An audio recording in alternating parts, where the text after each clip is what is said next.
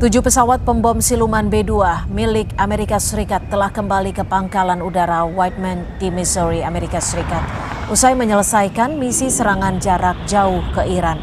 Kelompok pertama yang terdiri dari 4 pesawat berputar mengelilingi pangkalan sebelum mendekati landasan pacu.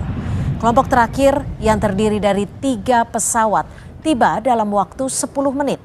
Pesawat-pesawat itu menjatuhkan 14 bom penghancur bunker seberat 15 ton ke sejumlah fasilitas nuklir penting Iran di Fordo, Natanz, dan Isfahan.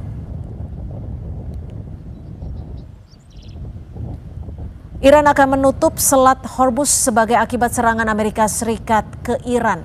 Selat Hormuz merupakan jalur sempit yang menghubungkan Teluk Arab dengan Laut Arab yang merupakan rute maritim paling penting bagi suplai energi global. Seberapa besar dampaknya bagi dunia? Kita akan membahasnya bersama Hairul Fahmi, pengamat militer ISIS. Selamat petang Mas Hairul, terima kasih sudah bergabung bersama kami di Kompas Petang.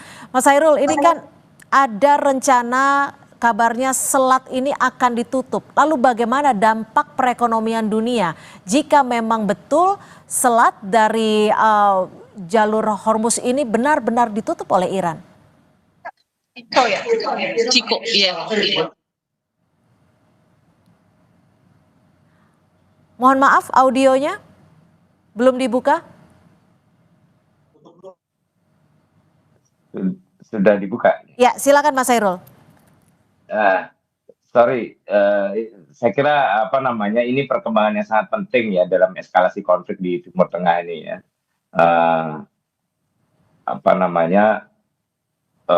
Kita tahu tadi baru saja Parlemen Iran juga sudah menyetujui rencana penutupan Selat Hormuz sebagai bentuk respon ya atas serangan Amerika terhadap fasilitas nuklir mereka.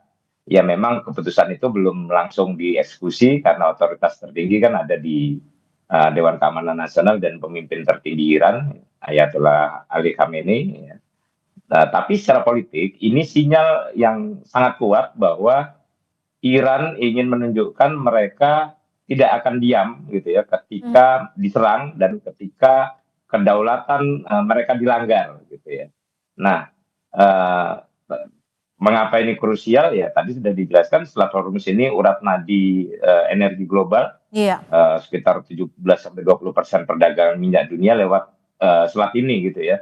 Artinya satu titik kemacetan di sana ini sama saja dengan mengguncang ekonomi dunia gitu ya. Apalagi kalau sampai ditutup total itu akan mendorong lonjakan harga energi, inflasi global, kemudian juga bisa memicu reaksi militer yang lebih luas gitu ya. Jadi yang kita lihat ini bukan hanya ancaman regional lagi ya, tapi potensi awal dari ketidakstabilan sistemik ya secara global gitu. Ini yang saya kira mengkhawatirkan gitu.